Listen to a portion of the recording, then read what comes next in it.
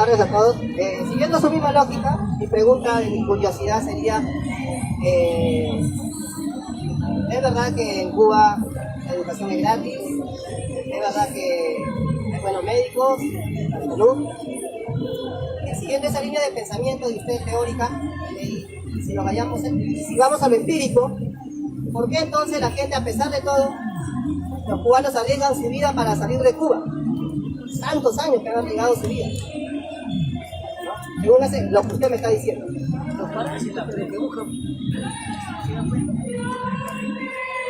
En primer lugar, amigo, para no irnos tanto a Cuba, en todos los países del mundo hay gente pobre que le gusta ser pobre, ¿verdad? Hay gente explotada que le gusta que el rico lo explote y lo defiende. ¿O me equivoco? Te estoy hablando bien claro. Hay gente que es pobre y le gusta ser pobre. Hay gente que lo explota y le gusta que lo explote y defiende al explotador. Entonces, eso en Cuba no debería ser. Vuelvo a repetir, eso es en el mundo entero. Yo estoy hablando específicamente, porque los cubanos arriesgan su vida a pesar de que Cuba es un bienestar. Pero voy a llegar a eso. Yo pregunto, ¿Cuba no está en el mundo? Está en el mundo. Y no. Entonces, por eso fue, compañero. A ver, compañero, es que hay que guardar, pero... Creo que una pregunta Claro. no tiene que responder directamente. Compañero, cuando yo termine, usted me va a decir, señor, no respondió. Pero estoy empezando, ¿ya joven? Y de repente, usted tiene la razón y hay que dársela. Pero hay que guardar la serenidad. No. Mira, cuando se trata de razón, es porque es algo razonable, es algo evidente de lo que está pasando. En todos los países del mundo hay gente que no le gusta un régimen y hay otros que les gusta. Eso es en todo el planeta. Y ya lo estoy explicando. Ahora, específicamente en Cuba. Ya hablé de Cuba, ¿verdad? El joven y ustedes me escucharon. Yo pregunto, ¿Fidel Castro qué desarrolló? ¿Capitalismo o comunismo? Fidel Castro desarrolló capitalismo. Y si el compañero está en contra de Fidel Castro, está en contra del capitalismo. Yo estoy avalando lo que hizo Fidel, pero esa no es mi ideología. Estoy diciendo que Fidel desarrolló, y lo dice las Naciones Unidas, lo dice la UNESCO, lo dice la Organización Mundial de la Salud. En todo caso, si el amigo no está de acuerdo con la política que desarrolló Fidel Castro, entonces él ¿qué plantea? Y ya dije y vuelvo a repetir, en todos los países hay gente que no está de acuerdo y hay gente que está de acuerdo. Por ejemplo, en Venezuela, ¿por qué no se vienen los 250.000 peruanos que están allá? Porque su casa lo pierden. No la pueden vender. No, porque allá la vivienda es gratis, lo subsidia el Estado. ¿Me puede entender? Sí, ¿cuál es la propuesta entonces frente a eso? Porque usted está de acuerdo con el capitalismo y está de acuerdo con Fidel. En primer lugar, usted considera que está equivocado. ¿Por qué? Porque en Cuba no hay capitalismo, es una economía controlada por el Estado. O hay libre mercado. ¿Cuántas industrias hay? ¿Cuántas empresas hay? Entonces considero de que su perspectiva respecto a lo que está pasando en Cuba no es exactamente que se ajuste a la realidad. Porque entendemos que es una economía controlada. Entonces yo quisiera saber cuánta industria hay en Cuba, cuánta industria, o en todo caso cuántas empresas, cuáles son los TLC que tiene, capitalismo, propiamente no hay. Y si hay negocios, esos negocios la maneja la nueva élite. Justamente todo lo que son la cúpula política de lo que la familia de Fidel o allegados a él. Pero libre mercado, que determine la ley de la oferta y la demanda, no hay, señor. Para que prosiga, compañero, para que prosiga. Quiero que siga. No, le voy a hacer una pregunta al respecto. Un poco para educar al auditorio y para educar a los seguidores de las redes. Bien, entonces dígame, ¿qué desarrolla o qué desarrolló Fidel Castro en Cuba? Especifique la pregunta, porque está genérica. Usted me dice que Fidel Castro no desarrolló capitalismo. Entonces yo le pregunto, ¿qué desarrolló? Una economía interna, un control de mercado interno. Justamente es una economía que está interna, planificada, controlada. Sí, pues, compañero, es que mire, ve, en el mundo solamente existen dos modos de producción. El modo de producción capitalista con la propiedad privada y el modo de producción socialista con la economía colectiva. ¿Cuál de las dos desarrolló? Ya me dijo usted que Fidel no desarrolló el modo de producción capitalista con la propiedad privada. No la desarrolló. Entonces yo entiendo que es la otra o hay otra economía. Sobre eso quiero, ¿ya? Para un poco esclarecer.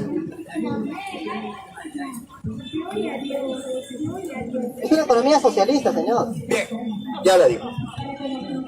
Dice el compañero que Fidel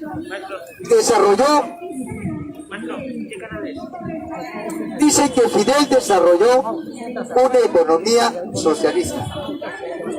Y los clásicos del marxismo dicen que para que se desarrolle una economía socialista en un país, primero se tiene que instaurar el Partido Comunista. Yo pregunto, ¿en Cuba se instauró el Partido Comunista? Miren, compañeros, en 1925 se instauró el Partido Comunista. ¿Sabe quién lo instauró? Antonio Mela. 1925. El Che, Camilo y Fidel, en 50 desconocieron al Partido Comunista y instauraron, ¿sabe qué? El movimiento 26 de julio. Y con el movimiento 26 de julio aplastaron al dictador Batista. Y el movimiento 26 de julio no desarrolló capital privado, desarrolló capitalismo de Estado, que tiene 4 características. Una, la nacionalización de los medios de producción. 2, la estatización. 3, la expropiación de los medios de producción. Y 4, una política asistencialista. Eso no le convino al capital privado. Por eso es que el capital privado lo bloqueó 60 años. Y así bloqueado, mira cómo Fidel desarrolló lo que ya dije. Desarrolló la cultura, el deporte, la salud, la educación, brutales en el mundo. Entonces, hay que entender que al interior del capitalismo tiene 2 brazos, la izquierda y la derecha, capitalismo de Estado y capital privado, y ambos son anticomunistas. ¿Me dejo entender, amigo? Sí.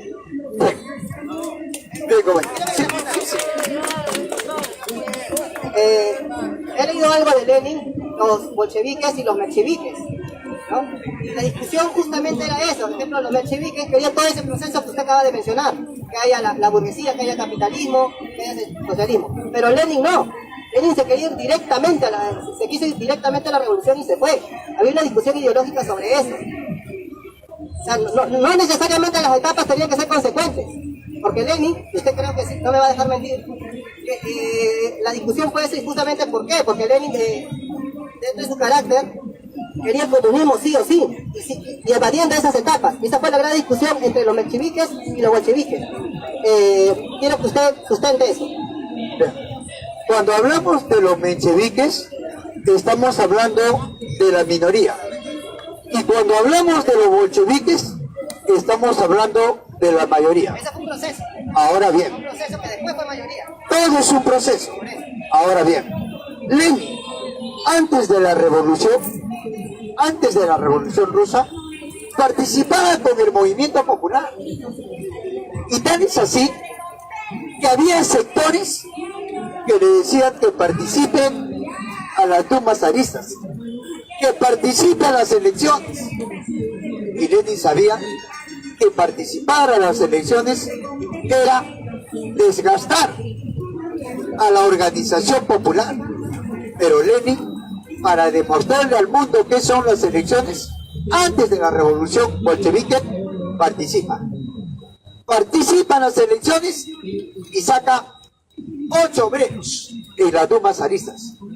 Y los 8 obreros empezaron a hablar de la grande mayoría sobre la explotación del zarismo, sobre la explotación que hacía ahí el racismo alemán, el fascismo alemán.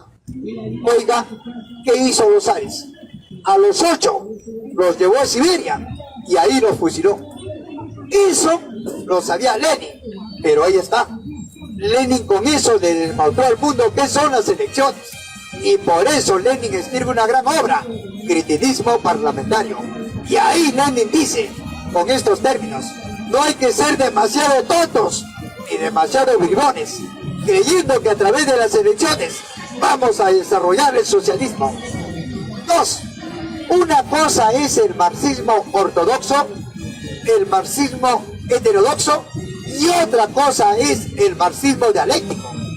Marx plantea el marxismo dialéctico, no el marxismo ortodoxo ni heterodoxo. ¿Por qué? Porque el marxismo no se queda con Lenin, avanza mucho más hasta Mao. ¿Y Mao qué dice? Mao hace un gran aporte para los países semifeudales y semicoloniales. Y Mao dice que el partido proletario, cuando se instaura en un país, tiene que desarrollar primero la industria, porque en los países del tercer mundo, la burguesía y el capitalismo no lo van a hacer.